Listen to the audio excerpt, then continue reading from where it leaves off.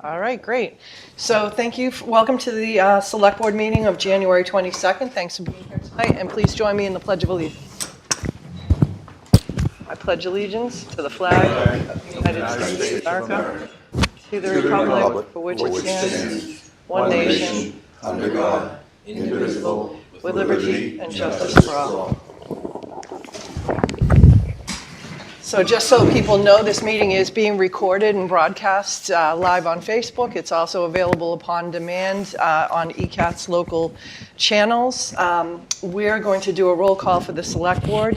And I also want to let people know that this is a Zoom meeting. So if you're watching at home and you have a question, please put your question in the Q&A.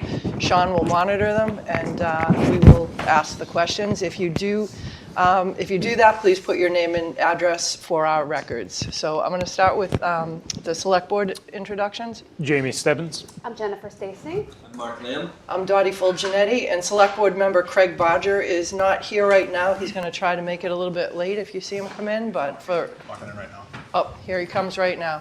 Come on in, Craig. What an entrance. Good evening, everybody. Sorry I'm late. So while Craig gets settled, I just want to say that our first item on the agenda is a joint meeting with the Easton Housing Authority to interview and appoint a new member to a vacant seat. And just tell you a little bit about the Housing Authority. The composition, the terms of office, the powers, and the duties. So there shall be a housing authority consisting of 5 members, 4 elected by the voters, and 1 appointed by the Commissioner of the State Department of Community Affairs for 5-year terms, such that the term of office of 1 member shall expire each year. The powers and duties, the Housing Authority shall have all of the powers and duties which such authorities may have under general laws. So the Housing Authority in Easton supports several properties. Most well-known is Elise Circle and Parker Terrace, but there's other Housing Authority properties throughout the town, and they manage and maintain those properties. So before we start, I just want to say thank you very much for the great work that you do. And Kathy Steiger, Director as well. So Dennis, if you want to open your meeting and do the board introductions, and we'll get started. Thank you. I'm going to do a roll call vote for the Housing Authority Commissioners. Commissioner Tom Tebow. Here. Commissioner Don Burrows. Here. Commissioner Christine Sheedy. Here. And Commissioner Dennis Sheedy. So we are present, we have a quorum. Excellent. So we have 2 applicants tonight. The first applicant is James Monroe. And James, if you want to come up to the table.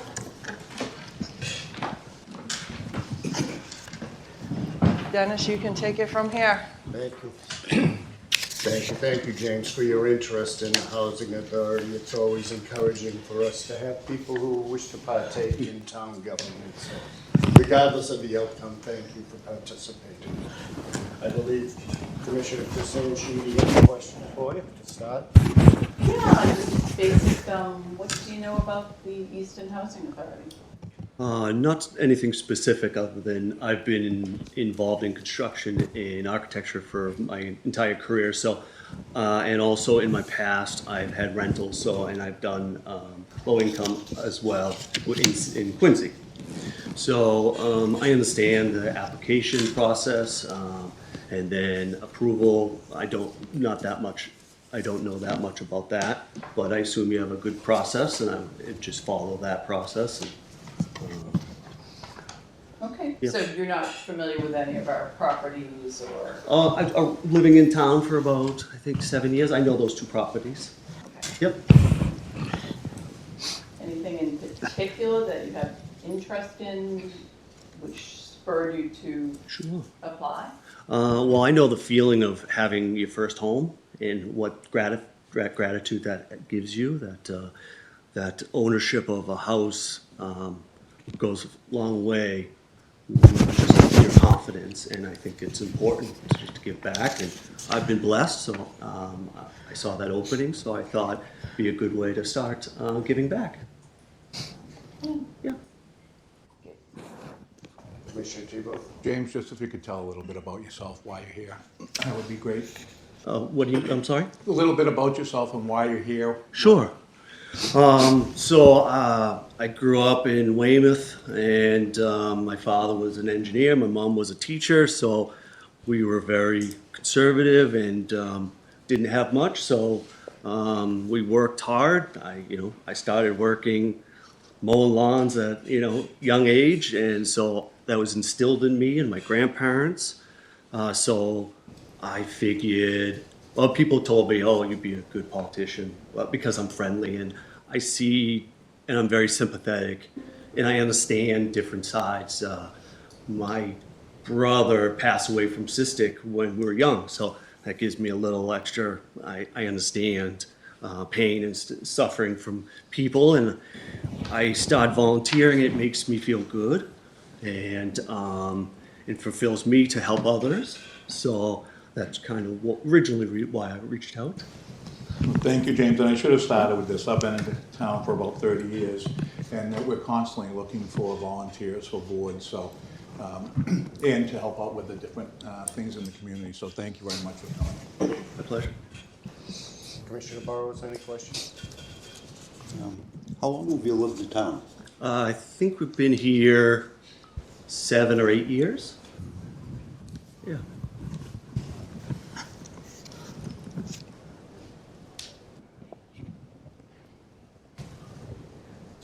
The primary reason for applying? To help, to give back. I know how important it is to have a home. It's a good feeling, so I was trying to give back. Thank you. Thank you. Good, thank you. Okay. Any comments or questions from the board? I'd just like to reiterate, thank you very much, for coming out. And I know it's not only a Monday night, but to come and sit in front of your peers and be called out on the carpet. So thank you. It's wonderful to have volunteers come out. I just wanted to follow up something Tom had asked you about. Can you talk a little bit about your career, your professional career path? Sure. Yeah. I attended Wentworth Institute for Architecture and then Construction Management. And I've worked as a laborer. I've had my own company as a small general contractor. I'm an independent estimator, so I price commercial projects for architects, contractors, owners' representatives, so that kind of things. So I've, that's 25 years now. So I really enjoy it. Let's see. So that's basically what I've been doing, and I volunteer. I'm a Freemason out of the Brockton Lodge, and a 32nd degree Scottish Rite Freemason out of Boston. I volunteer in town at the Cystic Fibrosis Foundation at the park for our yearly walk.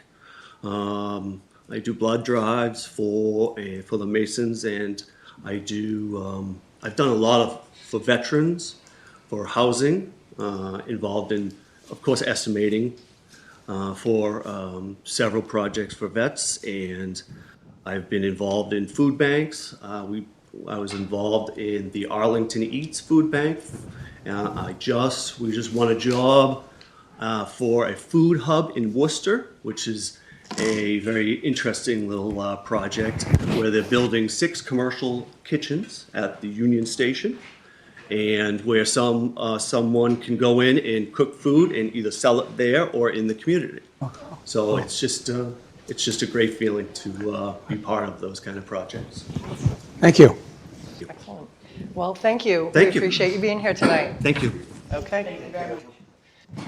And our next applicant is Arthur Packlin. Arthur, if you want to come up.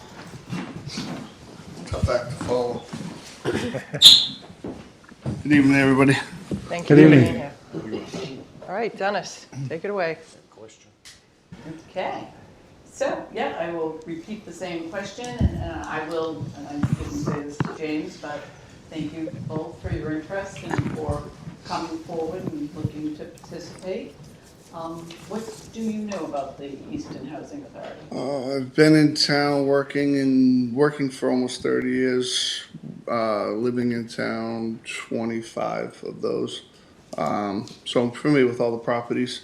I don't know, I've never been in them, but I come from a background of housing authority. I was born and raised in Brockton Housing Authority.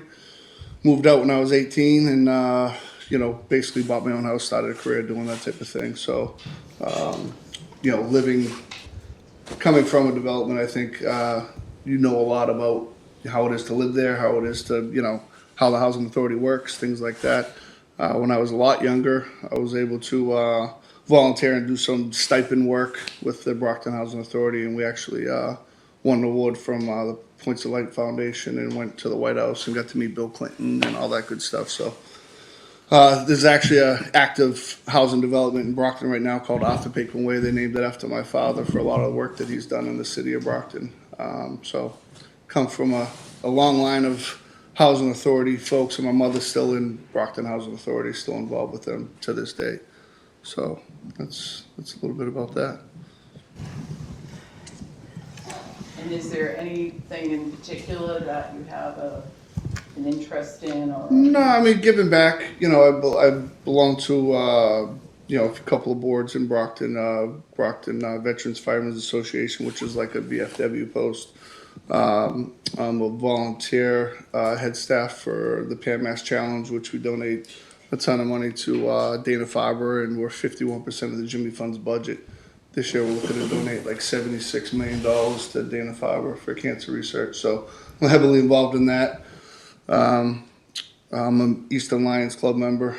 Been doing that for, a few years now.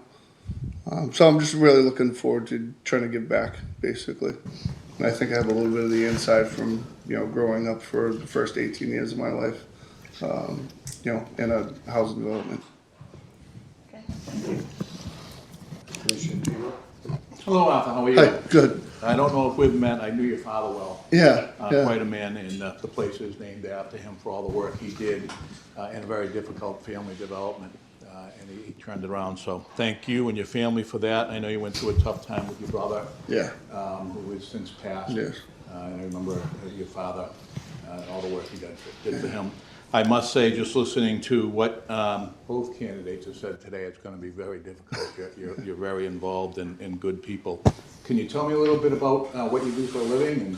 So I've been working in town doing general contract work for Larry Mowat, who has since passed, but I've been working with him since '94. I've been on my own since 2014, basically kind of took over where he left off. So I own a general contracting business in town. Been doing it, contracting work in town for 30 years. I don't think I left once, maybe, in the 30 years. So it's all word of mouth, all, customer base, referrals. Have you ever done business with the Easton Housing Authority? Never, no. Good. And your specialty in I'll fix a piece of trim or I'll build you a house. So, we do, That's and quite that's a how I range. stay busy and don't have to leave town. So we do a lot of everything. Kitchens, bathrooms, remodels, new houses, you name it, we do it.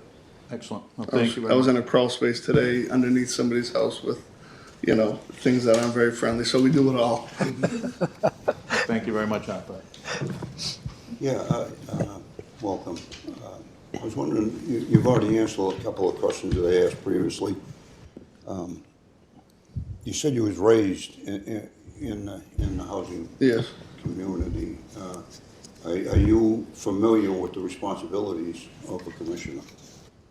Not necessarily all the responsibilities. I mean, I've been around and I'm still involved with, my mother's end of it and her housing authority aspect, as far as her paperwork and different things go. And like I said, when I was 14, I worked for the Brockton Housing Authority, so I got to know a lot of the commissioners. I get, Richard Sergi and all those guys, from the Brockton Housing Authority. I know Easton is completely different, but I have a little bit of a sense of what it's going to take. But to be quite honest with you, I haven't actually sat on the commission, so I don't know all the details and what's expected. But I'm sure I can. I'm a quick learner.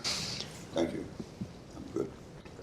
Thank you. One thing that is a question that I probably should have asked at the beginning, but do you want to talk about how many days a month the commission meets, what Twice. days, what times? Place, right? We meet once a month. We meet on the second Tuesday of the month is our scheduled meeting, so we do meet once a month. At 5 o'clock. 5 o'clock, it's a in-person meeting. That's what's nice about working for yourself. You make your own hours, right? Which is sometimes too long and too many. Okay, great. And James, would that be a problem for you to make that schedule, or is that okay with you? Okay, terrific.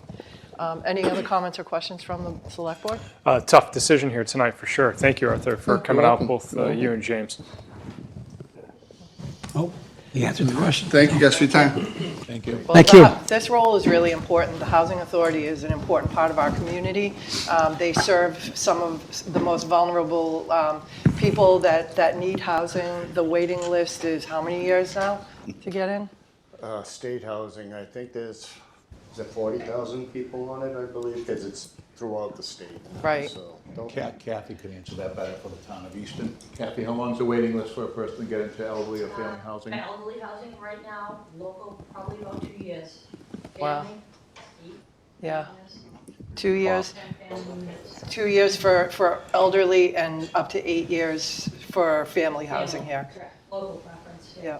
Well, that's really important in Easton. You know, since I've been on the board for 11 years, I've found that Easton is a community that really cares about housing, especially our older, our vulnerable, our veterans, and our families, everyone from every range of possibility.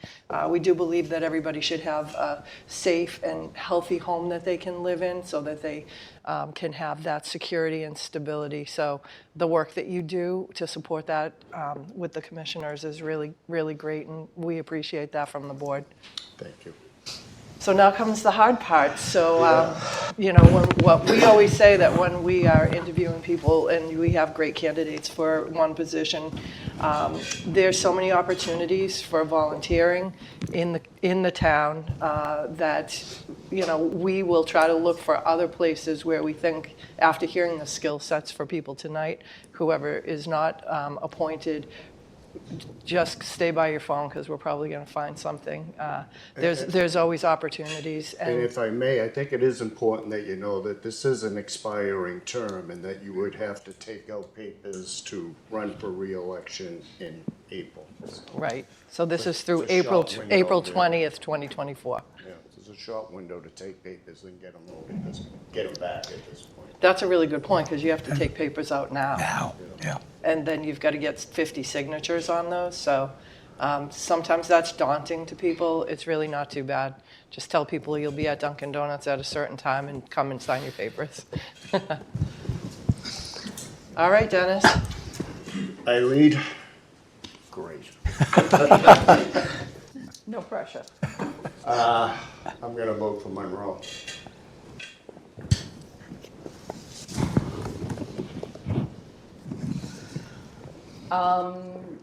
I'm voting for Paquin. Hey, can I make a statement before I vote? Of course. So both of you are very qualified, you know, an architecture background, Wentworth, that's gonna help us out tremendously. We do a lot of construction work at the Housing Authority. Arthur, your work as a contractor, doing the small stuff up to the big stuff, that's what we do every day. Kathy can tell you that. So when I look at, and you're both very involved in the community, so you're even there. And we'd be lucky to have both of you. I'll step down if one of you wants to come in at any time. And that's sincere, okay? So let me know. We'll just talk to the governor's office. But Arthur has a background living in public housing. And what a board does is set policy that affects the people who live there. So you would have a unique perspective there, Arthur. We also do the finances, and at times there is some latitude where we can invest the money. Not always, but there's some latitude. And again, from a kid growing up in public housing and seeing how the decisions of others affected your life, I think that would have some positive effect. We have a senior on our board, and that's why he's there. It's by statute to have that perspective, so I'll support Arthur. And James, give me a call if we can talk about my position.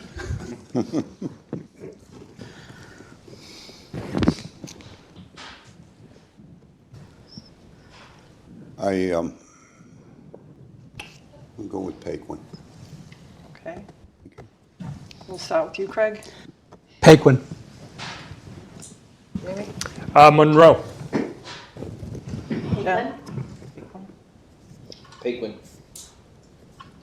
And I will also vote for Paquin for the reasons that Tom said as well, so, 7-2.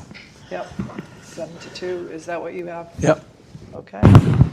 So thank you very much. Thank you. And Thank you. I believe that you'll be contacted by the town clerk and they will give you all the information.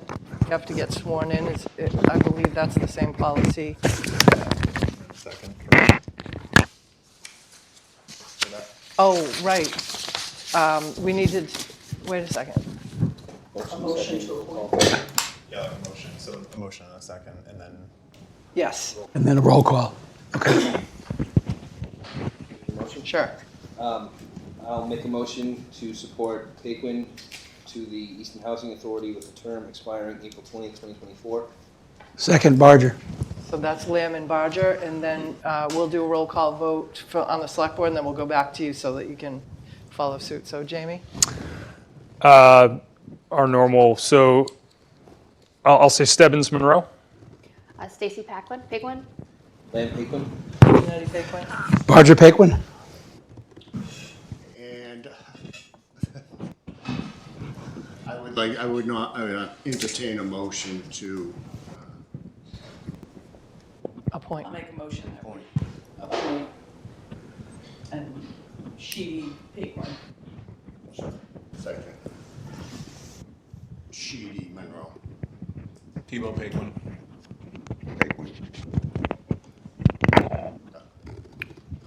Christina, did you also say it? Yep. Okay, awesome. Okay, that's the formality of it. All right. Well, with that, thank you for being Can I here just tonight. Entertain a motion to adjourn for the Housing Authority. Motion to adjourn. Second. Roll call, Commissioner Tebow, Yes. Commissioner Burrows, Yeah. Commissioner Christian Sheedy, Yes. and Commissioner Lynch. Excellent. Thank you very much. Thank you all you. for being here.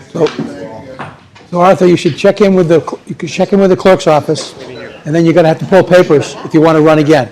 Okay? Nice to meet you. Others in Zoom? It's wild how you can like know someone for so long. I know.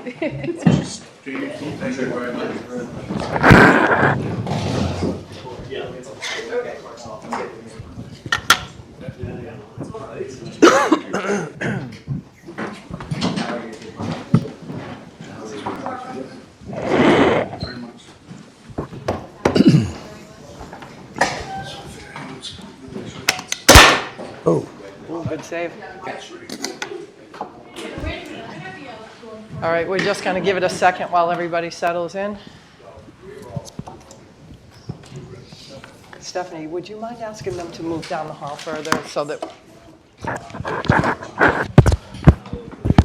All right, the next item that we have on the agenda under announcements and proclamations is to get an update from the Easton Food Pantry from Ken Wood. Ken, if you want to come up, and although no introduction is required, there might be someone here who doesn't know you in town, so if you just want to introduce yourself, and we're happy to have you here. I'm Ken Wood. I'm president of the Easton Food Pantry, which was founded in 1978 here at the town hall when I got a call, so I won't go into all the details of that. But I want to thank everybody because I'd like to give an update on what's happened. There's lots happened in the last couple of years, especially through the time of the virus and all that. So I want to thank everybody for coming. And as of this year, it was 45 years that we've had the food pantry. Hard to believe, time goes by fast. But it's been a big success, and only by the help of everybody in the community. This, you know how they keep talking about it takes a village? Well, this town's been terrific. The businesses, everybody has been involved with it, so it's been a success. So our new location now is 604 Foundry Street, the Fellowship. And we went down to introduce ourselves, and they said, I think somebody from up above sent you to us. So we were on a kind of a trial thing with them for a couple of years. And this past year, they said, you're on permanent with us now. So until, anytime we ever have to leave, you'll have a 2 years' notice. Oh, that's wonderful. And they only charge us, the only thing they charge us for all the space we use in the facility is for the electricity that we use. Because we use a lot of electricity with refrigeration trucks and trailers and all in inside stuff. Our website, I just want to kind of pass on because a lot of people are always asking. Our website is eastonfoodpantry.org.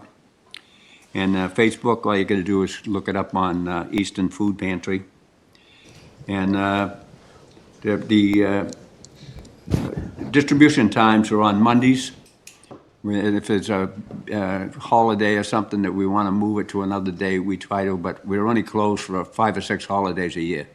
We're open like Martin Luther King will be open for President's Day for next month, so because there's a need for people to not have to go without food for quite a few weeks. If we find they have to go, we give them a gift card to kind of help them out, carry them through that following week. So we're always open for gift cards, by the way, so anybody who wants to give gift cards. We like to keep them, we don't like to get $100 ones, but if like $20, $25, $30 ones, then we give them out we actually give them out to people. We do a lot of outreach.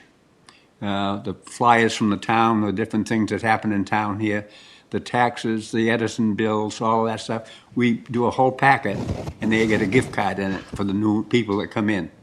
And we pass that out to them so they know what's kind of going on in town, what's available to them. The other thing is major distributions are still Thanksgiving, Christmas, and Easter. And we've been running between 150 to 200 families at those times. Our closing times, like I said, are only 5 or 6 months a year. And our volunteers on a weekly are between 30 to 40 volunteers on a Monday. So we run a couple of shifts of volunteers. We're very thankful. And I just want to pass on that we have a lot of people that call up that want to volunteer. Right now we have a list of people that some of them have been waiting for a year or so. And then we'll call them up because nobody wants to give the job up of the volunteering up. So we want to thank all of the volunteers that help us out on a weekly basis. They're out there. We do everything outside, and they're out there in all the bad weather and the cold weather and the sleet and the snow. And so a lot of younger volunteers now that are helping us out. So it's been really terrific. I've been overwhelmed. We have quite a fleet of vehicles. We have 2 53-foot trailers. We have a refrigeration trailer. We have a refrigeration truck. We have 2 box trucks, van. And that's how we have seen a lot of, now that we have snowstorms, you'll see them lined along out in the front parking lot there so they could plow out back. So it's been really an asset to help us out with all of the stuff. We're getting money from foundations all over the United States. So for all our vehicles and everything else, a lot of people say to put it towards a vehicle thing. The Ames Foundation, the one in town, I forget the exact name of it. They gave us money towards one of the vehicles too. So, and we had a presentation for that from Bill, and that was terrific. Volunteer, or like I said, volunteer opens right now. We don't need anyone right now, but food drop-off places are at Roach Brothers, Shaw's. We have one here at the town hall. And then also our van is open 24/7 at the food pantry. But at this time of year, during the real cold weather, we ask you not bring stuff out that's got liquid that'll freeze up, and because we don't always pick up every evening. We pick up during the day. So, but that van is open for anybody that wants to drop off, and a lot of people are dropping off there, so it's been working out very well. Financial donations, we're accepting a lot of financial donations now because we're buying a lot of food. Even the Boston Food Bank can't supply certain foods now, so we're going over to Restaurant Supply Depot, and we go to Shaw's and BJ's. We get an account with BJ's now. And so to buy the extra foods that we need in cereals, because sometimes they don't have the stuff. And now we're servicing between 120 to 150 families a week. Wow.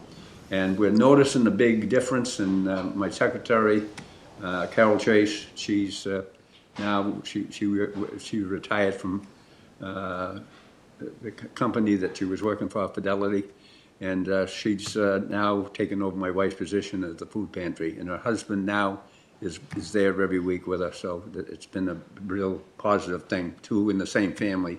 It takes that because it's a big commitment for a person giving up time and their spouse is home and wondering what's going on, you know, so they're both on the same page.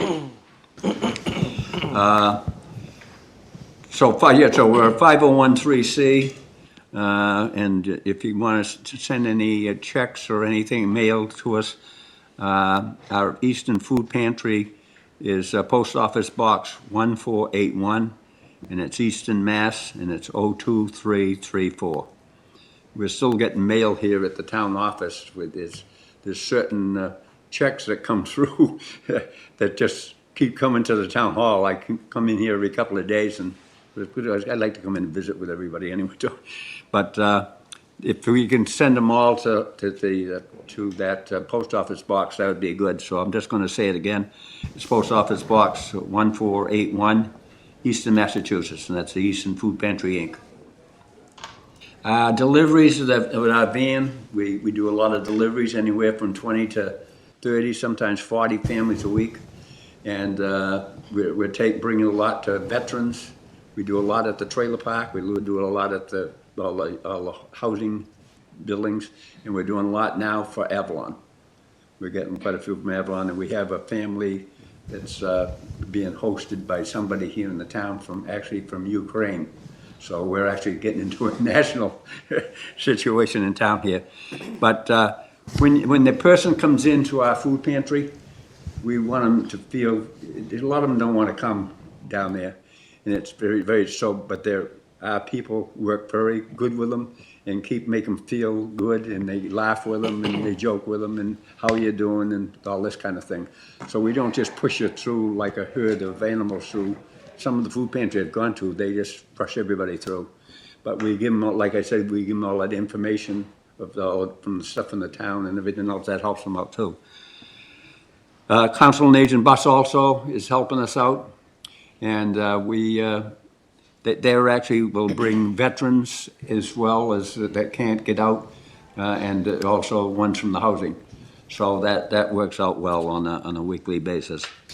Local businesses that work with our food pantry, a few key ones is Roach Brothers, because for 30 years they've given us turkeys, hams, and chickens. They can't go run. You go up there, they got a beautiful bin for us for collection. Shaw's has been working with us real close now.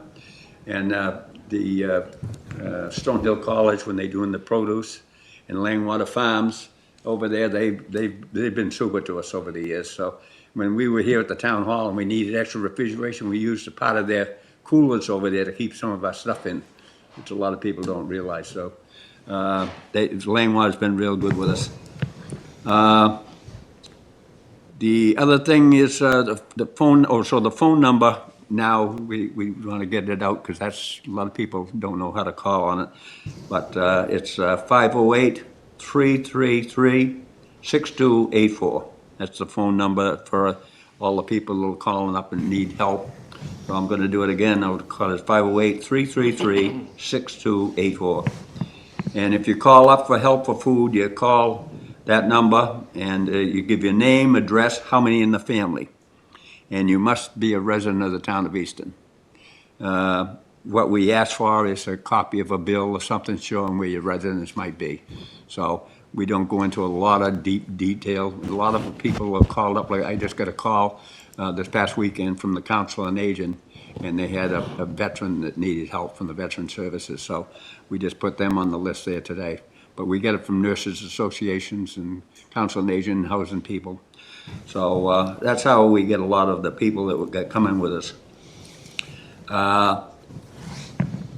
We do, like I said, we do a lot of PR for the food drives and everything else that's going on all the time, and a lot of advertising. And that's why I like to come to a selectmen's meeting to kind of get the information out to the people so they kind of know what's going on.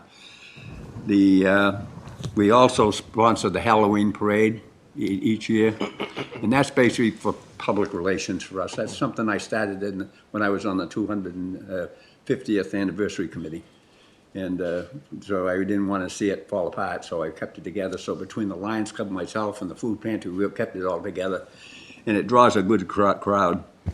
And but it's good sponsorship, and people bring canned goods, and we get a lot of canned goods and stuff like that. So, and Roach Brothers, and Langwater Farms, and Northeastern Savings Bank all get involved with us in regards to that situation too. So it works out very well.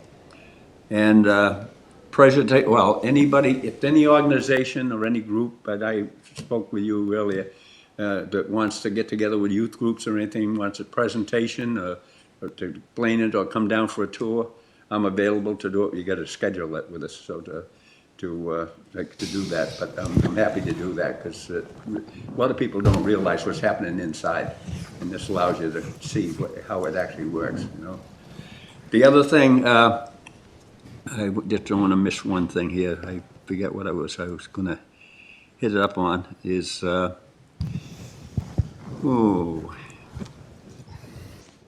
trying to cover so many things in a different time here. It kind of went along with that. Okay, I mentioned about the help available. We're like I say, right now we're pretty well set on that. I am looking for another person to work with my daughter at Facebook, where we advertise all across the United States and everything now on Facebook.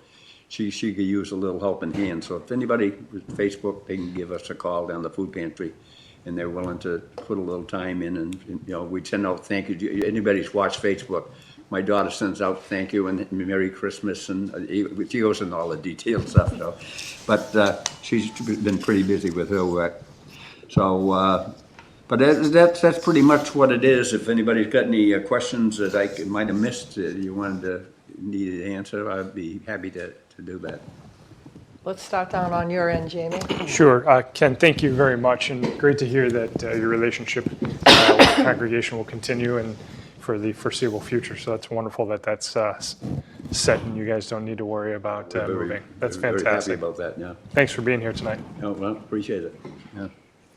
Thank you for coming and sharing this update, and a huge thank you to all the volunteers who they're the backbone of this whole thing, and it's really critical. And when you think about 120 to 150 families that are served, it's really disheartening, and to think about all the families that aren't getting up the courage to go and make that phone call they need to make. So need is out there. We know families are going to bed hungry at night, so hopefully if someone's listening and is suffering from food insecurity, like it's just an asset to this community to have this available.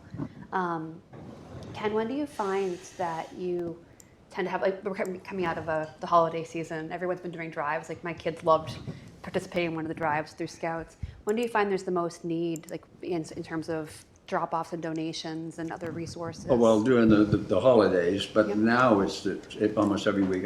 What just come to my mind when you were bringing that up people that want to do food drives. This is a big issue. Right now, we only we can handle quite a bit of food, but we can't handle 5 food drives at one time. Yeah. So we asked that if any organization or churches, which they're doing, the high school gave us a big, that's all started out about 20 years ago by 2 students that worked for us at the food pantry, 2 brothers, Hamilton brothers, they're up on Depot Street. They're the ones that started because they were in sports groups, and they started a thing to collect food for the food pantry. So there was like eight different groups that got involved with it. Now the whole high school does it. Yeah. So we got over 200 and some odd bags of food this year, and over $800 in gift cards. It's fantastic. So that's just one situation. But that's where we need to schedule, because they bring in so much food. We can't have another one going on that same week because we don't have a place to store it all, even though we get a lot of space now. Just an interested organization, they just call up, talk yeah, about and then timing. I have Scott Haybelt that is handling all the stuff outside, and we'll schedule it up with somebody so we keep everything spread. That'll work out well because we need it spread out Yes. to help us out with the needs, Absolutely, the needs there year round. But I'm I sure there are forgot, kind of that's what I was periods trying to where- think about till you brought it up. Yeah, that's actually on my list of questions too. Right.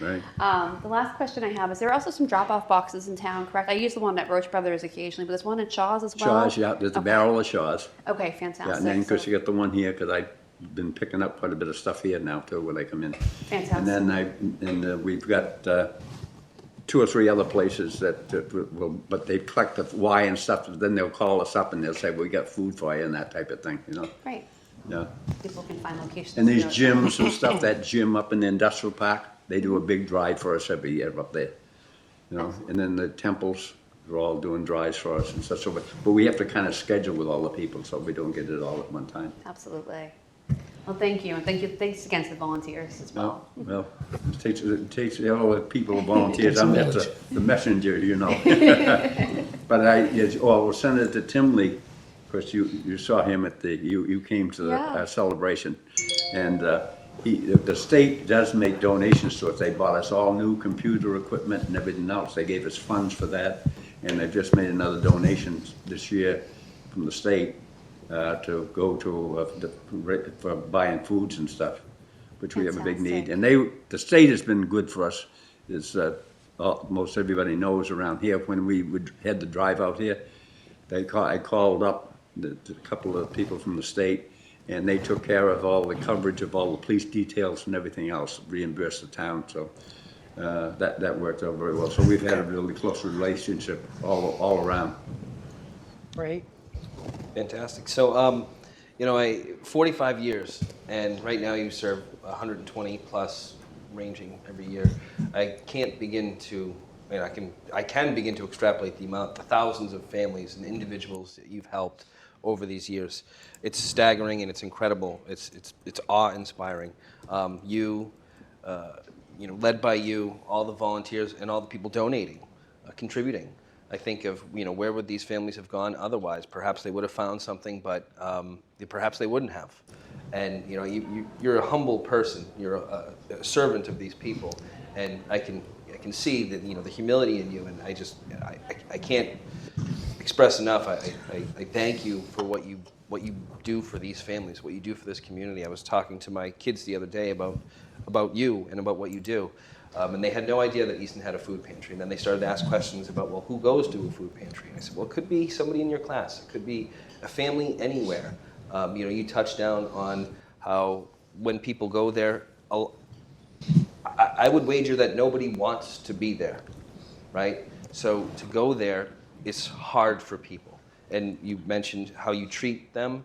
I think it's amazing. I think you set a standard for kindness, for service, that everybody should see. As I mentioned to you earlier, I would love to bring my kids up there and show them what it is that you do and all the people you serve and inspire them. Like, be like this guy. Be like this organization. So I can't say enough positive things. So thank you. Ken, I always enjoy the opportunity for you to come here and tell us what you're doing. It's been an eye-opener for a lot of people in this town when they drive by that church on a Monday afternoon and they see all those cars. Because people don't realize that there are a lot of folks in this town that need the help that you provide. And we're indebted to you for doing that. I'm really pleased to hear about all the volunteers and all the different agencies and companies that support you. We've supported you. My wife and I have dropped off a number of things in the evening, so we will continue to do that. And you are a gem for this town. So thank you very much, Ken. Thank you. Well, I don't know what more I can say. I think we've gone over our 3-minute limit, but we'll make an exception for you, Ken. It really is inspirational. You and your beautiful wife who has gone on, Mary Jane, you've really shown the community what it's like to be a partnership in so many different ways. And when you started this, you had a young family of your own, and to stick with it all these years and grow it and continue to bring on other volunteers into the fold, just all the names of everybody that participated, Langwater, Stonehill, Roach Brothers, all the businesses, the banks, the people. It's probably, one of the most vibrant community-based organizations in the area to bring all those people in, and the volunteers, young and old. Little kids help out, older people, all through the gamut. So, like the board said, we really appreciate everything that you do for the community. We're grateful to you, and we're going to keep supporting you. I appreciate it. Like I said, it takes the whole community of Easton Easton's been great. Other towns come over. I mean, we get people calling from Boston and saying, we've heard about you over here in Easton, so. Yeah. It's, the word's got out and around, so we got a lot of positive things making that town look good. Well, you certainly have a legacy, so. Thank you, Ken. so much, Ken. All right, well, thank you. Have a good night. Thanks for inviting me, yep.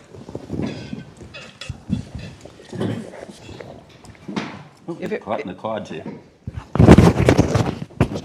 If it would be okay, I would like to move up the one-day liquor license for Stone Soup before the Citizens Academy, just so that you don't have to, you're welcome to stay afterwards, but we try to get people moving. Thank you, thank you. It's funny to follow Ken with something so trivial after hearing Well, about his important work. It's not trivial, you know, you're a big contributor to that as well, so. The least we can do. We have a one-day liquor license. Kevin and Kate O'Dwyer have applied for this one-day beer and wine license for a community bonfire night event to be held at 215 Washington Street. The Easton Police do not require a detail for this event. The farm has been working with the fire department on the exact layout and addressing any concerns. Chief Alexander has advised that for extra safety, the farm will hire a department fire engine and firefighters to be on site for the event. And Fire Chief Alexander has no concerns at the time. This is going to be this Saturday, 4 p.m. to 8 p.m., and a storm date would be February 3rd, 2024. I see you've been collecting Christmas trees. Is that what the bonfire will be? Yes, exactly. Yep, we're taking Christmas trees back from anyone who wants to bring them by, and then and picking them up at the DPW as well, where they're collecting them. Great. So yeah, we've been coordinating. Chief Alexander's been great. It's sort of a specialty of his. I learned that he used to have a bonfire in this previous community that would include, I think he told me, 1,500 pallets. So we've learned a little bit about executing it from him. He's like MacGyver. He has specialties all over the place. Yeah, he's amazing. And he sounds like he's excited about it. I think maybe he'll be in attendance, but a few of firefighters from the department with a truck, and we do have a police detail scheduled just to handle traffic and anything that unforeseen. Terrific. And so what else will be available that night? So we'll make our wood-fired pizza with a veggie special to be determined, and then we'll have beer from Shoveltown Brewery, hot chocolate for the kids, maybe a few games. It should be a nice evening. It looks like the forecast is going to be good. The winds will be light. It'll be dry. I suspect it will be muddy, though, after a week of rain and the frost starts to come out of the ground. So I would advise anyone who comes to wear boots, maybe bring a lawn chair. But otherwise, I think it should be a good evening, you know, something to do in the winter. Maybe bring a little excitement to the town. When you first opened the farmer's market outdoor there, I was there on a muddy day, and I said to somebody, you know, oh, I'm going to ruin my shoes, and they said, this is a farm. Yeah, but I appreciate you mentioning that, because that's something that you don't necessarily think of, right? So yeah, I think probably dress some appropriately. good boots would be appropriate. And, yeah. Warm jacket probably, because you know I think the temp will be in the high 40s during the day, but probably falling fast. You still have a lot of your tomatoes left over from the.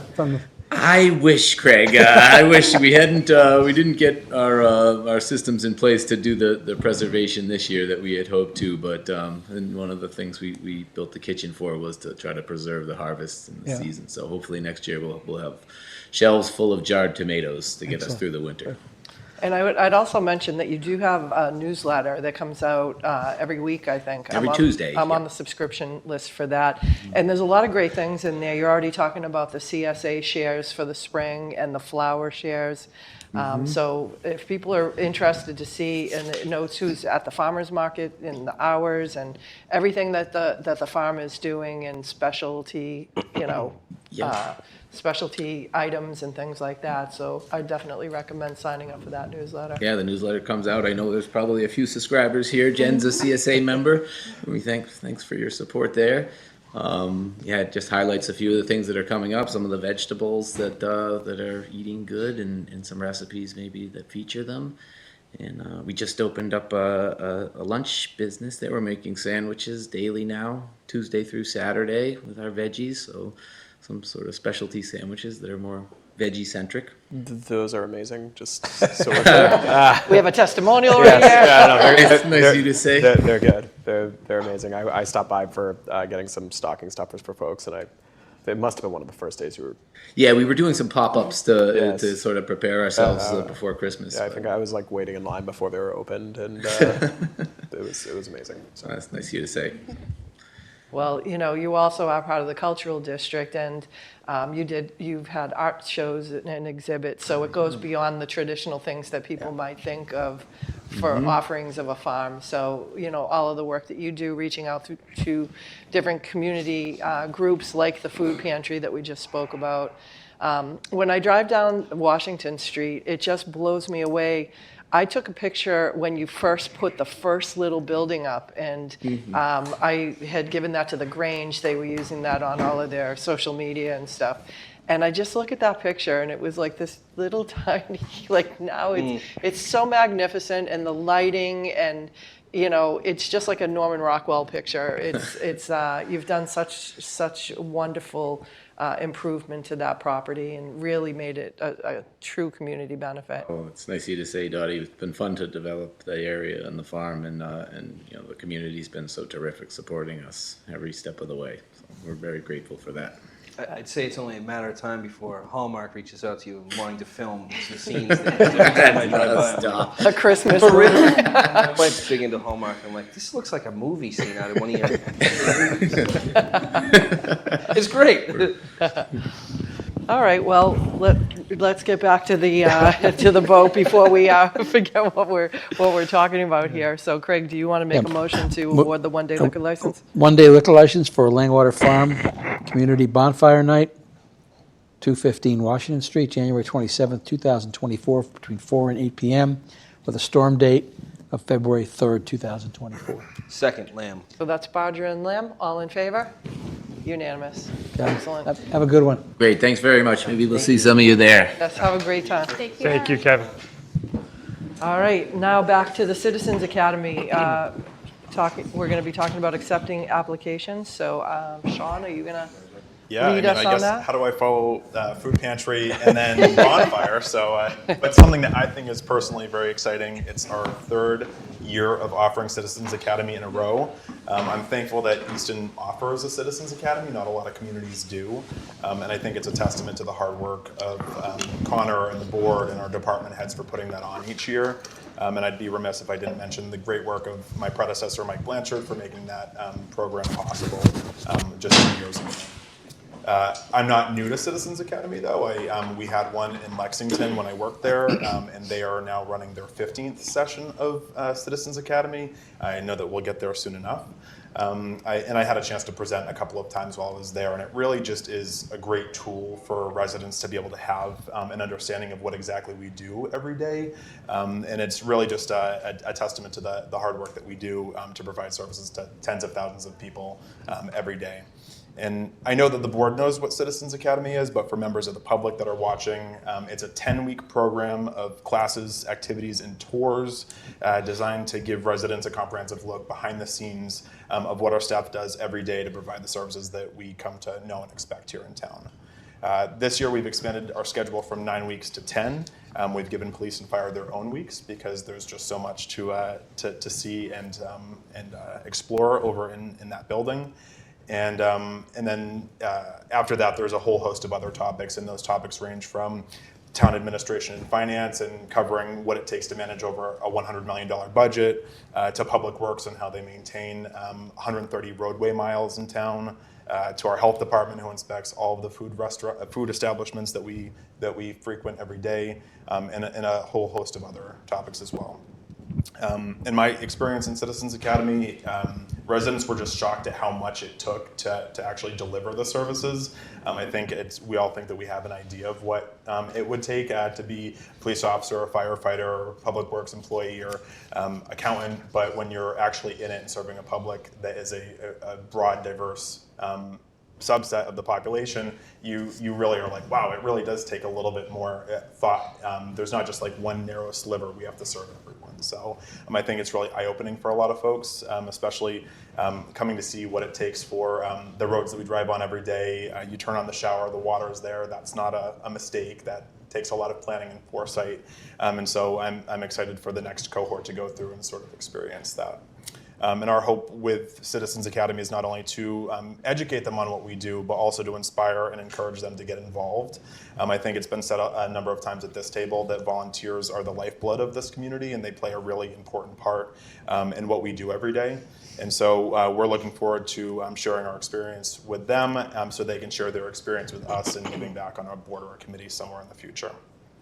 And sometimes just not knowing what goes into town government is a barrier to participation. So this helps break down that barrier. That's one of the main points of us running this, is to help use it as a tool to demystify what happens behind the scenes. So they say, oh, well, I actually do have experience. I could serve on the Housing Authority. I could serve on the Board of Health. And so I'm personally very excited about this, because seeing that aha moment where they're like, oh, I could do that, is really gratifying. And I think it speaks to the work that we do to provide something like a Citizens Academy. So we are hoping to generate a lot of interest among our neighbors here. Citizens Academy is open to all Easton residents aged 18 or older, with a preference given to those that are registered voters. There are more details, including the dates and times and topics covered, and there's a brief application form on our website for those that are interested in participating, and that's at easton.ma.us/Citizens Academy. But for those that didn't have a pen and paper with them at this exact moment, there's multiple links on our website from the homepage under our news items, as well as under the town administrator's webpage. We set a deadline of Friday, February 23rd for applications to be in, as the first class starts on March 4th. So we're going to do some outreach via, like I said, on our website, also through our Instagram and Facebook accounts, on our newly redesigned Town Crier newsletter, and we'll also be reaching out to organizations individually for them to share with their membership, so they can hopefully generate some additional interest. And with that, I'd be happy to answer any questions. Terrific. Jamie? I'd say I'm just, I love the program, and thanks for mentioning Michael. And when he got that started, I think you're going to do a fantastic job jumping in and taking over. I will say that my son, my children have actually asked, and we know the cutoff's 18, but civics, we talk about the need to bring that back to schools and for kids to really learn what it means to live within a democracy, and that it's often like making sausage, but we have to learn that there's a middle and there's compromise. And so I just, in my mind, I'm thinking, boy, how could we offer and do something at the, school grade level? Because I think that's where you start to, whet the appetite for, kids to then explore and want to know more. And it's part of the reason I sit on this board. I think it's great for my children to see this. And the Citizens Academy is just to another level. So I love it. It's great stuff. I agree with everything Jamie said. I'll just add that everybody I've talked to who has gone through the Citizens Academy has just, spoken its praises, and so they've learned a lot. It's been an eye-opening and awesome experience. So, highly encourage anybody watching who's interested to do it. It's definitely a great learning experience. It's what I've heard. It's very engaging, and things will be learned. And good luck with your first round of running it. Yes, definitely good luck with it. Well, not necessarily your first, but first in Easton. First in Easton. But I recall this is our third year, and the first year and the second year. Everybody that we spoke to, 'cause at the end of it, we meet them all, and they're all excited to be part of it. But at the other end of it, they say the same thing. It's a commonality. I had no idea. And the appreciation skyrockets, and then they want to get involved in town, and then they share that with all the people that's in their circle. And you gotta check this out. You gotta see how this all works. So it's a fantastic service. I thank you for doing it, and good luck. And I look forward to meeting these folks as they go through this. Sean, I'm going to repeat a lot of what my colleagues have said.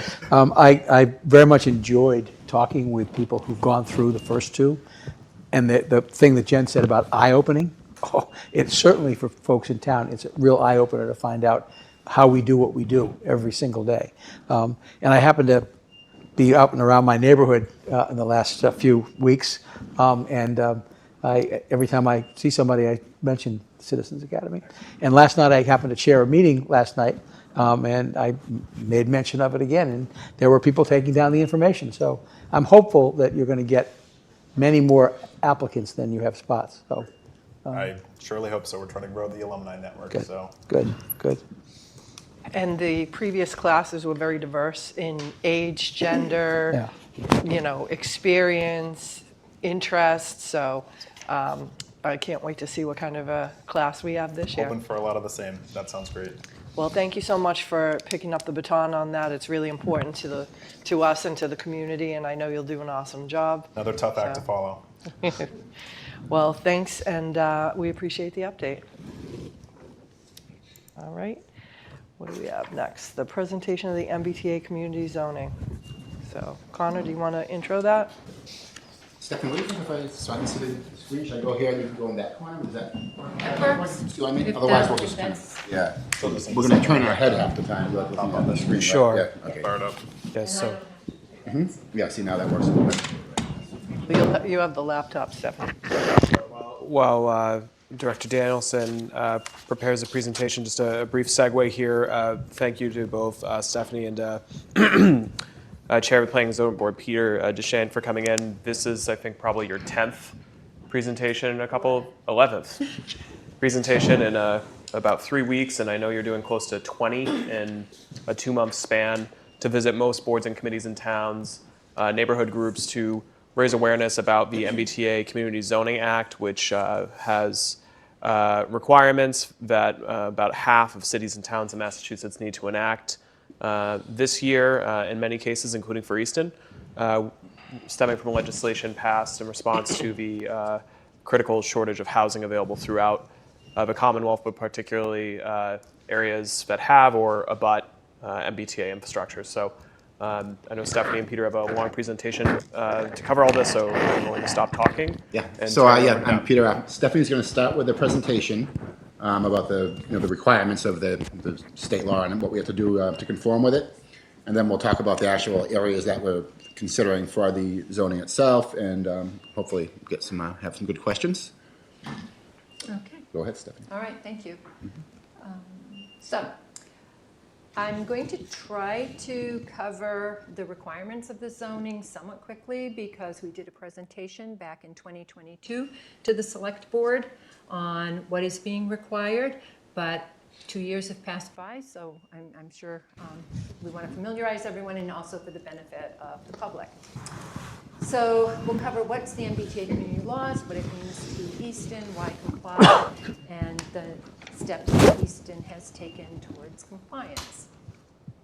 So this law came out of the Housing Choice Initiative. It was a 2021 economic development bill that was advanced by the legislature, and it included legislation that enacts Section 3A, that's been added to Chapter 40A. Chapter 40A is commonly referred to as the Zoning Act, and 3A is the new section.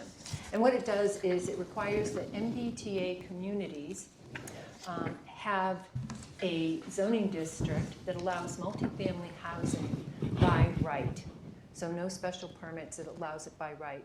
The intent was to reduce local zoning barriers to multifamily housing, and it really was an economic development driver, as at the time the state was entering into or had already arrived at a housing crisis. Housing across Massachusetts is not affordable. There's not enough housing for everybody who wants to stay or work here. You have people that, because they can't find housing, are moving out of the state. You can't attract people into the state, and that affects businesses. And I'd like to reference that Connor and I were at a grant award presentation a couple of months ago, and the governor was there, and she talked a lot about housing and how it's an economic driver. And again, because you need a workforce, that's what your housing helps ensure you have, is a workforce that can work in the businesses locally. And the governor talked a lot about, because she was speaking to a large crowd, about big businesses that hire lots of employees. But even locally, we have a need to make sure we have a workforce here. We have restaurant owners that are having a hard time finding people to work. And I hear this all the time when I talk to small businesses. So one thing that it is, it's a zoning requirement. It is not a mandate to build. So again, for those who don't know, an MBTA community is one of the 177 municipalities around Boston that either host an MBTA transit station or are adjacent to. And in Easton's case, Easton is an adjacent community. We don't have a transit station within the bounds of the town, but there are 3 towns that abut Easton that do. And MBTA communities, if you get that designation, those communities have to pay into the infrastructure. So there's a fee every year to do that. And when they brought the adjacent communities in, because people are like, wait a minute, we don't have public transportation. Why are we in it? Because it really wasn't fair to put the burden of the public infrastructure price tag just on the communities that had transit, because people in Easton use Mansfield, Brockton, Stoughton, you use the adjacent communities, use the transportation systems of their partners. So that's why it's considered like that, and there's 178. Yeah, thank you for adding that, Dottie. So the basic requirements, as I said, the zoning district has to allow multifamily as of right. It has to allow or accommodate a minimum of 15 units per acre. There can be no restrictions on age of occupants that are living in the dwelling units. It can't limit the size of those units, and it can't limit the number of bedrooms. So it can't restrict who lives there as being older or younger, and they need to be it needs to be family friendly. The district must be at least 50 acres in total. It can be comprised of smaller sub-districts. At least one of those sub-districts has to be 25 acres in total, and none of the sub-districts can be less than 5 acres. Additionally, across the district, there has to be a district-wide unit capacity of 10% of the municipality's permanent housing stock. And in Easton, the permanent housing stock as of the 2020 census was 9,128 units. So 10% of that is 913. So the district in its entirety has to be able to accommodate or allow up to 913 units. So what the law does not require, it doesn't make municipalities build housing or even find a developer to build the housing.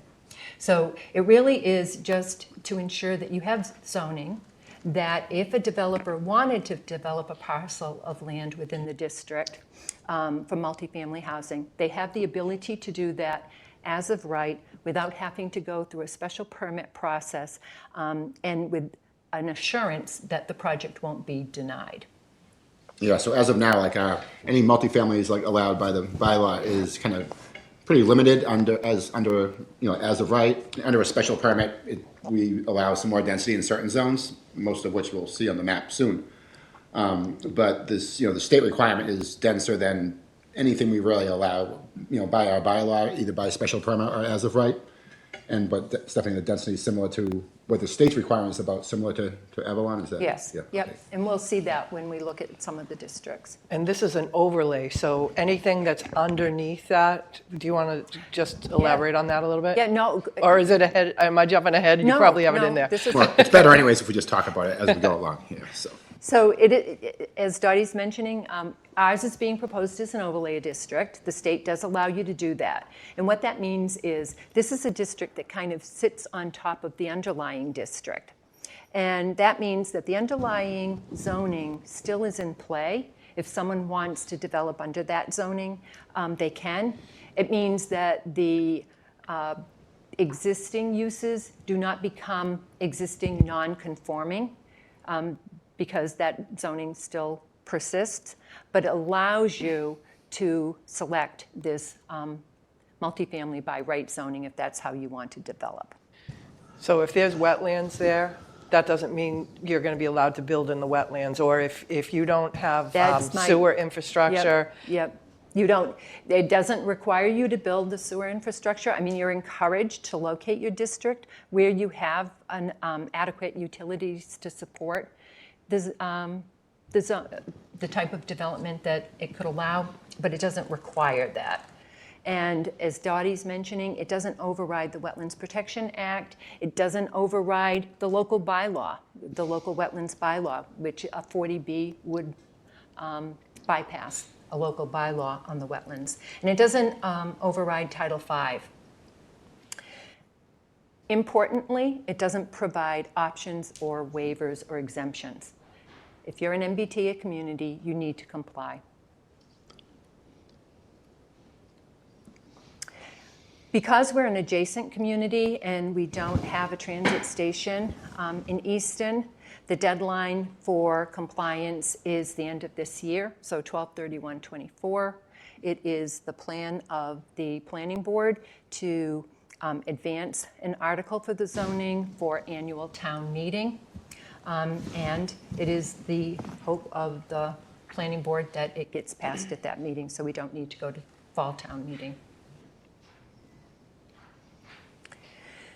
What the town can do is it can use site plan review to do a limited review of a project just to make sure that vehicular access, emergency access, the ability for pedestrians to walk in and out of a development is adequate and sufficient.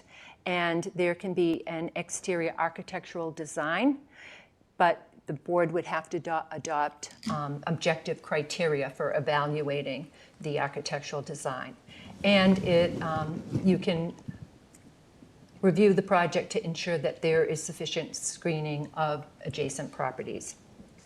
Again, site plan review can't be used to deny a project or impose conditions that would make it infeasible for it to be developed. Communities may require up to 10% affordable. That 10% of the units be affordable in a manner that makes them eligible for the subsidized housing inventory, so they continue to contribute to that number. And commercial as part of a mixed-use project, it would be allowed.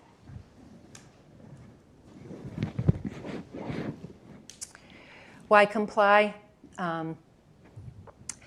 Primarily, it's required that we comply with the law, but communities that are not compliant will become ineligible for various infrastructure and granting and planning grants, and I think you'll recognize a lot of the programs that Easton has benefited from over the last 13 years, not 20 years, including in the MassWorks program, helping to pay for roadway improvements, sidewalk improvements in the Easton Village, Main Street, the Furnace Village Sewer District. We have received several housing choice capital grants, which are planning grants, as well as the Complete Streets program, which just provided $400,000 for sidewalks along Lincoln Street. And the cycle for submitting grant applications generally starts in June. So June of this past year, we submitted grant applications for 4 grant opportunities and were awarded all 4 grants, totaling $400,000.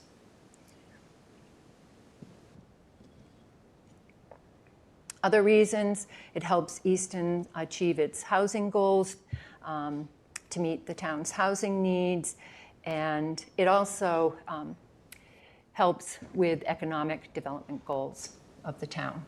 Again, by providing housing, providing homes for people to live that become part of the workforce, and also become part of the customer base of the businesses that operate in Easton.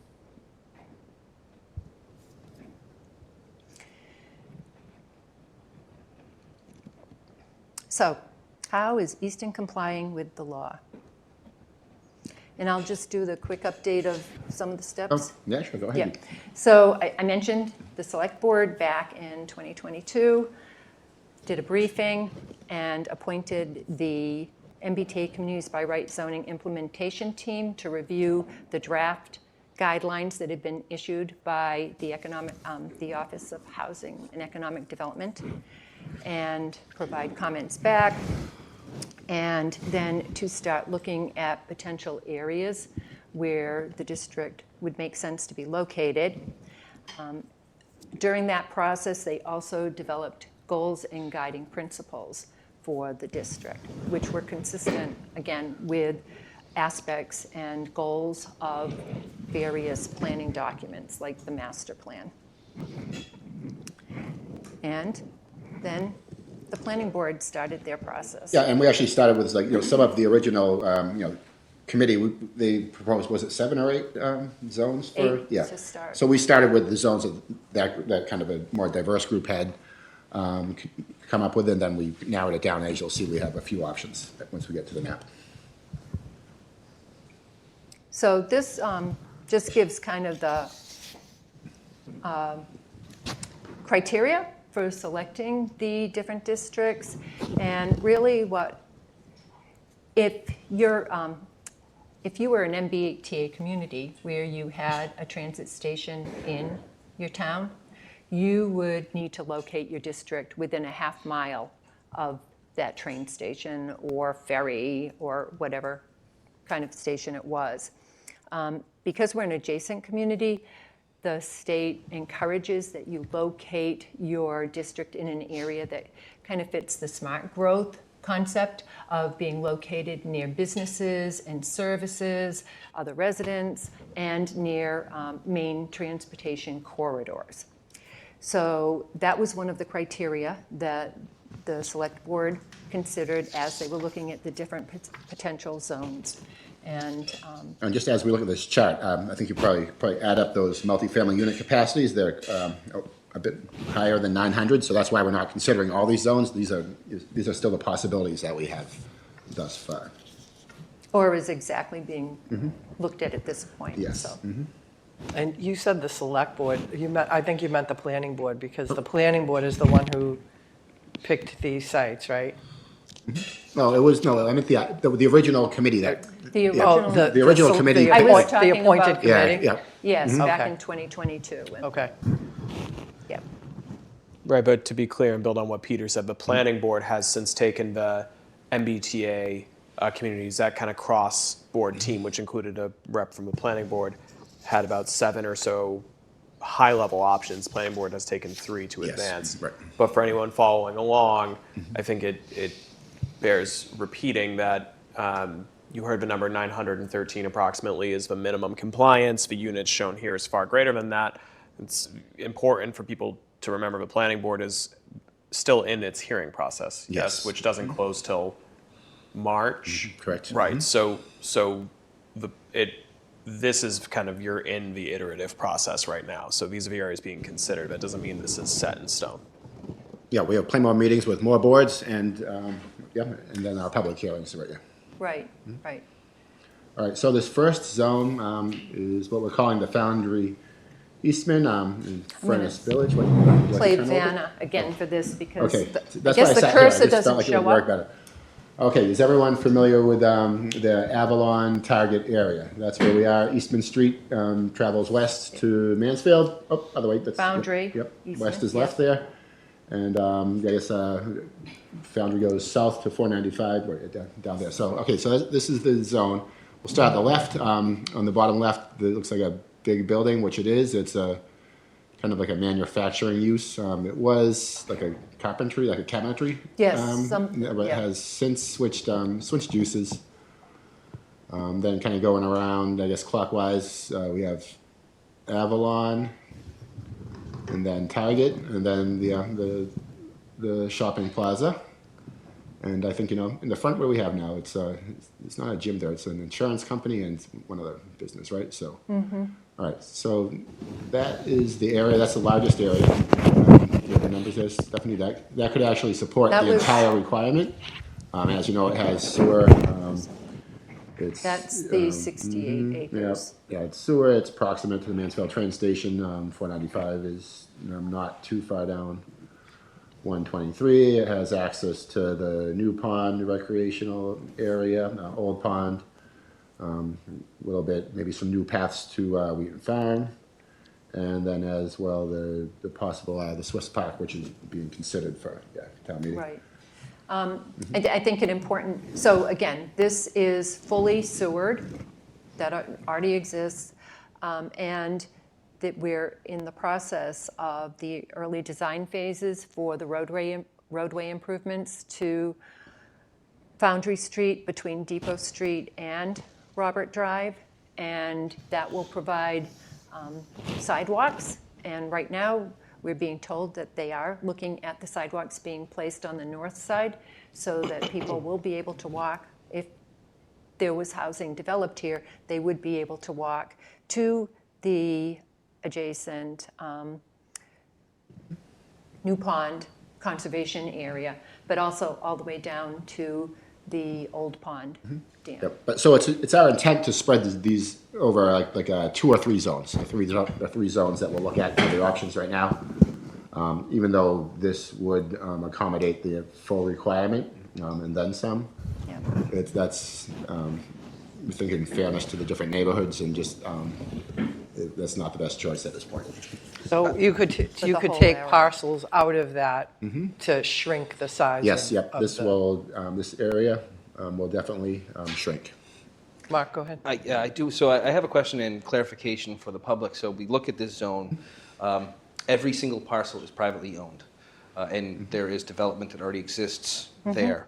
So if I look at this and I say, well, where's the development going to go? So for that to occur, one of these owners would either have to develop it themselves or sell it to somebody wanting to develop it. Right, Okay. right. There are 3 parcels that are not developed. In this They're one, what we call they're actually the kind of those smaller ones fingers down there, here. right? Yeah. Yeah. But they're owned. Yes, So whoever owns that would either have to develop it themselves or sell it to somebody who wants to develop it. correct. Okay, so I just for the public because there's an illusion that once this occurs, construction is going to start and hammer and nails, and we're going to start building buildings. But the reality is, this is already owned That's right. by Right. So if businesses Avalon or decided individuals. just to go out of business and sell out, Right. sell to another Right. development, Right. I mean, no, they never do that, right? So, but Right. yes. Again, So going, the support of this does not support 913 units to be constructed there tomorrow. right. I just Imagine wanted to how- clear yeah, that I can up. imagine how people would have like a worst case scenario idea in their mind. I'm not quite, Yes, fully well, understand that, there's a but- lot But it's of still, I think to your point, Mark, there still has to be someone who is owning the land or willing to sell the land to someone who is interested in either redeveloping or developing the land with, and using the multifamily zoning. I just think it's really important to point out to the public that there are so many things that have to occur and fall into place to get to that step. This isn't hitting a switch and all of a sudden we have this influx. That's not it at all. Correct. Yeah, and I mean, we can listen to everyone, still, I mean, if we could remove some of that front land, if that were the, desire of the different boards and residents, we can make a lot of changes still, so we have a lot of flexibility here. And, probably eventually, over the next 10 or 15 years, something will be built somewhere, right? But as we move along, you'll see there might be some opportunity in some other zones. But and this that's gives Easton, Easton voters the opportunity to say where we want the housing to Yeah, be, because correct. housing's going to get built. It's Right, not yeah. like we can shut it off, Yes. but we want it to be built in places that match traditionally to where you said, Right. in smart growth principles, but also things that tie back to the housing production plan, the master plan. We want to prioritize where Right, where and the best place for and the the housing. placements in areas that we already designated for either economic development and or Right. possibly, different levels of multifamily, maybe not to the extent that the state's requiring here. Right. Exactly. All three of the areas that the board is considering are target growth areas for the town and included some level of mixed-use development in the thought process. Right, so that was the plans for the sewer on, Five Corners in Furnace Village. That was the plan for, right here, Washington and Belmont Street, which actually came before the Five Corners. So again, this is the marketplace. I think that's a landmark that most people remember. And then up here, you have Belmont Arms, which are multifamily housing. Yep, and the large lot is an industrial use. They create, I think it's aluminum cable and aluminum, kind of extruded aluminum products type of Yep. thing. That you can see wetlands here, right? So when the what I call the big one in the middle with the industrial use, that's behind Wendy's is kind of a large wetland or kind of stormwater management. The Belmont Arms, that's an existing apartment building that's been there, probably since I was Quite a a kid. while. Right, yeah. I for a long want to time. say at least 40 Mhm. years. Yes. So that one has a wetland that, couldn't be built. Otherwise, kind of go along the corner there for now there's where 7-Eleven used to be, there's a laundromat, and I guess some kind of sports medicine type place and a few like miscellaneous like mixed use type, smaller ones, but yes. And just kind of going back to the Wetlands Protection Act, in that this doesn't supersede that or override it. The calculation that the state uses, they have a model with a complex calculation using GIS data and the information that we provide on what the district will look like. And then one of the first things they do is they extract restricted land. So wetlands would be taken out of the equation as part of your calculation of how many units per acre the district can support. So, they acknowledge you're not going to build in areas that are not allowed to be built in. I'd also like to point out, so I was actually in this district today, and I spoke to one of the business owners. I was there for an appointment, and he comes out and he says, I just heard about this today.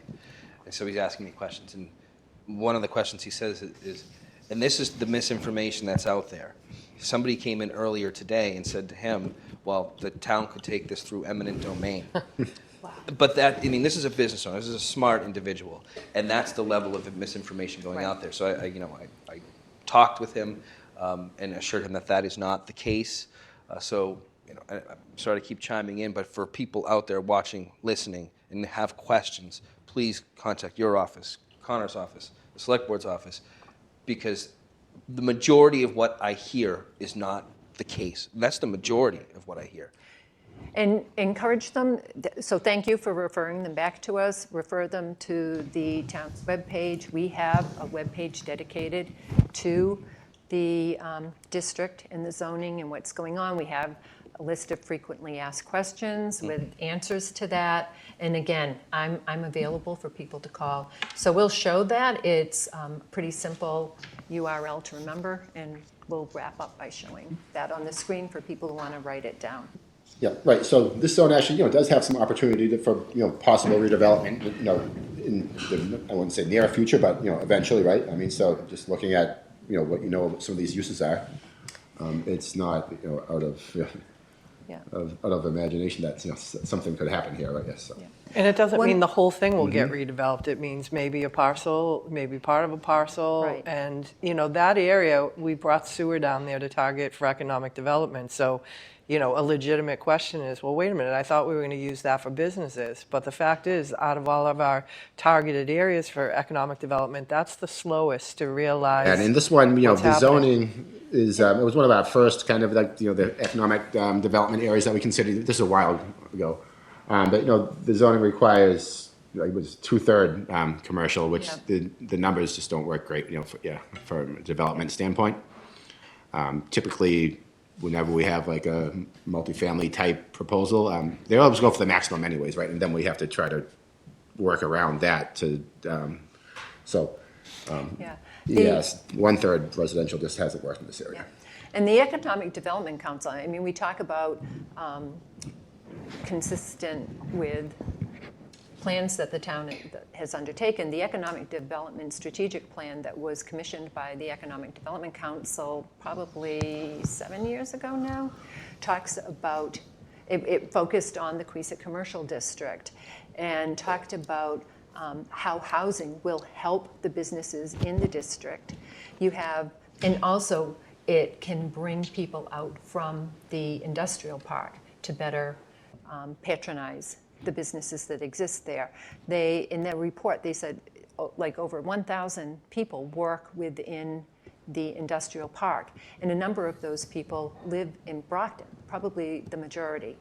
So if there were housing available here in Easton, then they would become residents, and they would become customers of the different businesses. You know, I thought right about this here. area, though. I always kind of think like right down the road and over the border in Brockton, that's where like the Starbucks and the Panera are. So I think that kind of limits this area as well. Just the fact that other kind of retail section is right down the road.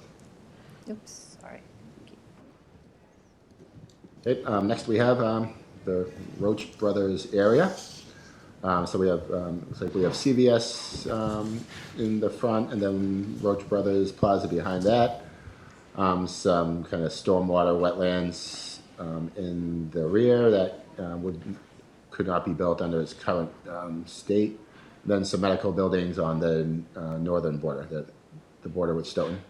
Across the street, it's kind of like a townhouses. Yeah, townhouses, and I guess the extreme north. Eastern corner is sort of like a residence with some type of library activity there, like a bus or something like that. So this area we added on just as kind of as a third option, just to really keep our options open. There's some merits here where it's close to the Stoughton train. It's a little bit out of the way. Sometimes towns tend to put some multifamily out of the way, which has some good and positive and negative aspects.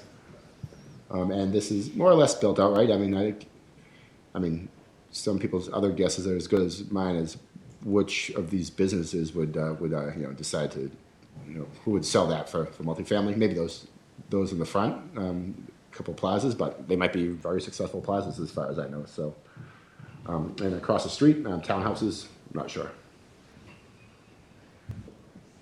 And also, maybe it gives the opportunity, if there's redevelopment of those townhouses at some point, maybe they go a little bit higher. Or, they change the footprint to create a little bit more density. That's right, because you could go up. The zoning would allow for additional stories. Yeah. I mean, I don't know what people think about townhouses, but when you think of some of the condominium complexes that were built a while ago, now these kind of seem like they're part of town. They don't seem like they're just like a big condominium project, but other people may have different opinions on that, right? So, How far up? 4 stories? The proposed zoning is 5. 5 stories. It's our tallest building in town. Oak Ames? If I may, I don't think comparing it to Oak Ames is necessarily. I'm trying to get a visual Well, so of what is 50 feet. So we have at the Avalon development, the average height is 3 stories, but for some of those that are lofts with a second story above, and they have walkout basements, that could give you the ones on the back of a complex. So 3 stories. No, well, the ones that are 3 stories with the loft, so it kind of has It kind of has I get you. a 2-story So it's apartment really on the like 3rd floor, and then a 3.5, walkout basement. almost It's like 4. those like 4 to 5-ish. But so a maximum would be slightly taller than Avalon. Yeah. yeah, And that would be if you had commercial, if you did the mixed use, you could go up the extra story. So Without commercial, it's 4. without commercial, I think it would that's an be- important Yep. distinction. Commercial, it's 5. Yep. It is important. But that first floor is commercial. Right. So it's functionally Or- for yeah. whether it starts on the ground level or on top Right. of some retail is really the question.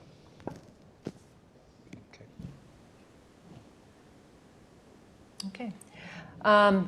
This is important, both for the board to know, but also for the public. So February 12th, the board's going to be review and finalizing the proposed districts. Then on the 20th, and that will be held here in the Corona Room.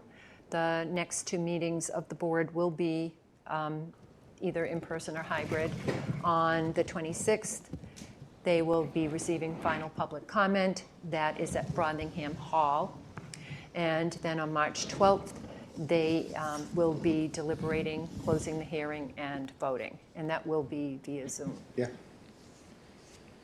Yeah, I mean, so I really think, as far as, helping people understand what this really is and what it requires, and, also, what we would lose if we don't really know yet, right? Because depending on we know what we'd probably lose, but otherwise we don't know what repercussions would be beyond that.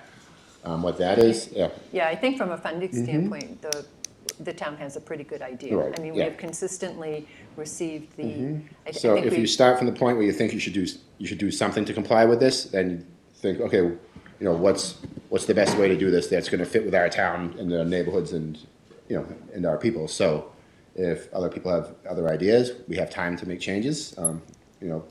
The spring is our target, but we still have the fall too. So that's that's where we are with it, right? It's a lot of money, and but it's our town too. So. Well, there's more action against yeah. the town if we don't comply, and there's legal Mhm. action from the Attorney Yeah. General's office. She's come out and been very clear that there will be civil penalties and criminal or. So Milton just No. like Not kind of got a criminal, little break because that's right. So in Milton, who was considered not to name another community, but it's in the globe. So considered rapid transit, their deadline for compliance was the end of last calendar year. My understanding is their town meeting did adopt compliant zoning, but there's now a voter referendum that could overturn that. The Attorney General of the Commonwealth sent a extremely direct letter to their select board and town manager, letting them know that the Commonwealth is reserving its right to litigate this, which is consistent, taking another community out of it, with advisories that Attorney General Campbell's office has published as far back as last year, making clear that the state could seek legal enforcement against communities under the auspices of violating existing state and federal fair housing standards. So that's really, they're both sticks if you think of it in a carrot and stick model. But you could look at funding opportunities as a carrot, but there's also the threat of legal action, which is of course not something communities should take lightly. Right? This is the law. And more so than just the grant opportunities, there's other sections of where the towns get money for their housing authorities. And they can withhold that money for the housing authorities, which is significant. Right, and the state has said as much, that the grants that I just listed, plus a few others, are ones that immediately you would become eligible for, and there may be others, so. Yeah, because there were compliance steps along the way with this that we had to meet, different reporting, different, evaluations, and you had to send it in by certain dates. Yeah. And communities that were saying they weren't going to send them in by dates got a letter saying, if you don't, just a reminder, here's the things that are going to happen. And that was also in the Globe, that a couple of communities were called out, and it was a few $100,000 to their housing authority. Yeah, and that's a good point, because the round for the One Stop for Growth grants, which were the MassWorks and the Housing Choice grants, your deadline was June to have your application submitted, but you had to have your action plan into the state for how you were going to move forward on your MBTA zoning the end of March of last year. So you needed to demonstrate that you were moving forward. Yep. Or actually, it was even the previous year. And Easton did a good job, the town and the planning board were very proactive, getting in front of that, learning about it, understanding it. It's a very complex piece of legislation, and to really understand it and act on it, you've done a really great job with that. And I think if I could, like even the comments, because when the state first proposed this, they weren't going to allow you to require a 10% factor, an affordability factor. And the comments that were provided by the communities were, we need that, we want to see that if you're going to increase housing in order to stay ahead of your, that 10% of your housing under 40B, or get to it, you can't just build without having affordable units as part of the equation. And the commercial aspect, I believe, was new. Yes, and the commercial. When it was first, these rules were first suggested, it had to be housing only. Yeah, it was like kind of no limitations where they've kind of come Yes. around a little bit after. I was just going to say that the 10% is very beneficial.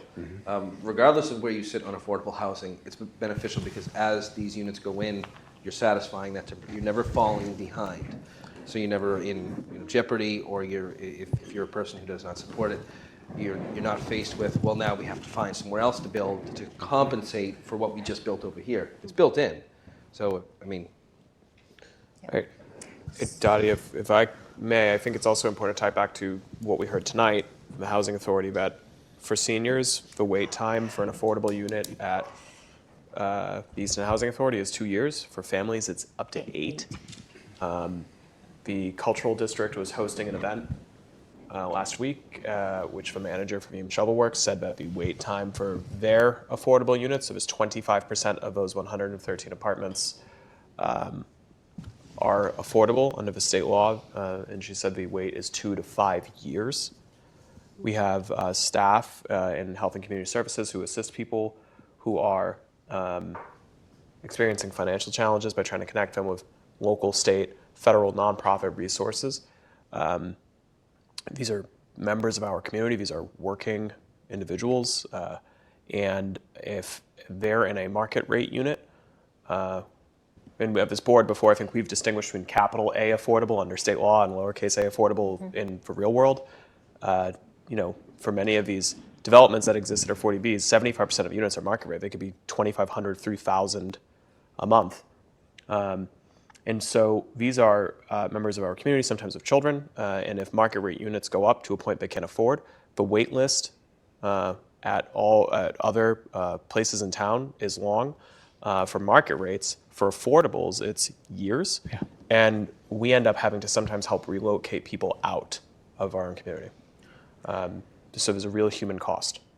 And so I appreciate you bringing it up. Some of those families that have had to relocate have children that are in certain programs in the school that, I remember getting an email from somebody that it was a married couple with 3 children.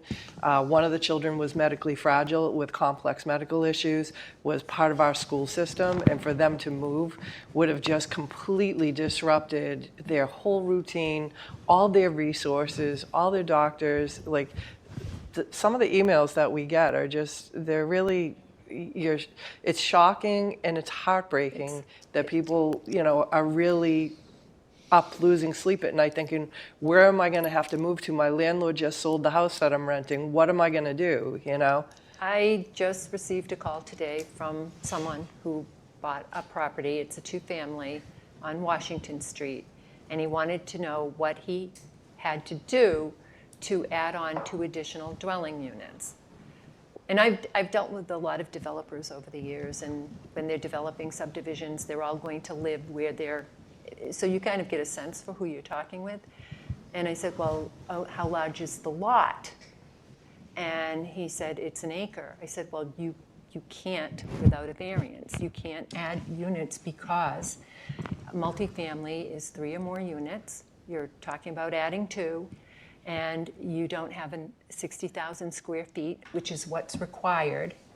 And you, under the zoning, as it's written, this is the by right in Easton's zoning code, you can only have a maximum of 3 units or 3 bedrooms. So, and this guy was just distraught because he said, I wanted to do this because I wanted to build units for my kids who cannot afford to live in Easton. What am I going to do? It's And those are the things that you think about because, you think about, well, what's in it for me, right? Like, so I have my house, so how does this impact me? It impacts me because my kids aren't going to be able to afford to live here. So when I get old in many years, who's going to take care of me, right? And, my mother lives in a big, giant house. My father passed away. She shouldn't be in that big house. I hope she's not watching this, but that's a house a family should be in, but there's no place for her to downsize to. So she's taking up that big house, and it's hard to manage alone. If there was a place for her to move to, that would make more sense. So to have diverse housing opportunities in your town where, people can stay age in place, maybe, get down to something smaller that's managed, that they don't have to cut their own grass and really just kind of live out their older years. Those are the people that this serves, Thank you for this presentation. I've seen it twice now, and it's really incredible how far my understanding has come on this because the communication has gotten really clear and concise. This presentation is fantastic. Thank you for that. Thank you. And I'll just agree with what's been said around here, that there's clearly been a lot of work putting into thinking about this very intentionally and mindfully, and there's a lot of work to be done to dispel the rumors, which I'm also seeing and hearing around, this opens the floodgates to 1,000 affordable units, in town overnight. And that's not the case here at all. This is really, I see this as an opportunity to be mindful and thoughtful about creating opportunity for housing choice. It's about people who are trying to downsize. It's about veterans who need housing. It's about families who can't afford, starter home doesn't exist anymore. So this creates a pathway now. And there are so many people looking for apartments. It's young professionals who are just starting out and choose to not own a house because they don't want to. We're turning away all sorts of people when we don't create housing choice. And I think this is another tool in the toolkit to allow us to do that in a thoughtful, mindful way. So I just hope that we can overcome some of these rumors and break down some of the stigma around apartments and what that means for community, because that's going to be our biggest challenge so far. So, couldn't have said it better. And we have the webpage address here, so encourage everybody to go view it, to talk to your friends, families, let them know the dates that are coming up where they can hear more and ask questions. And again, encourage people to call me. I can put them in touch with Peter if they want to talk with Peter. But again, please just educate yourselves, everybody.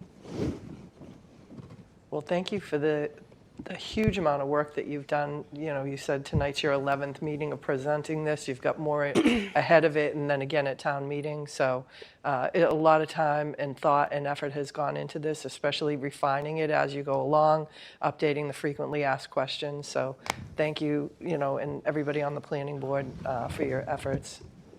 You're welcome. Welcome. Thank you. Thank you. Yep. Kind of reminds me when you, the Council on Aging said, do you know how many meetings there are a month, right? They said, there's one, right? Yeah, that may be like, not always. That sounds good, right? Yeah. I feel like you're on vacation after this. Yeah, right. Well, we do appreciate all your work, Peter and Stephanie. Thank you. Yeah, thank you, Peter. Thank you, Stephanie. All right, have a good night. Hey, we're getting close to the end. Next is the acceptance of the Stonehill College annual gift. Sure. Thank you, Dottie. So, just getting my notes here. So, Stonehill College has presented the town with a gift of $40,000. A letter of thanks to the college has been prepared for the board signature.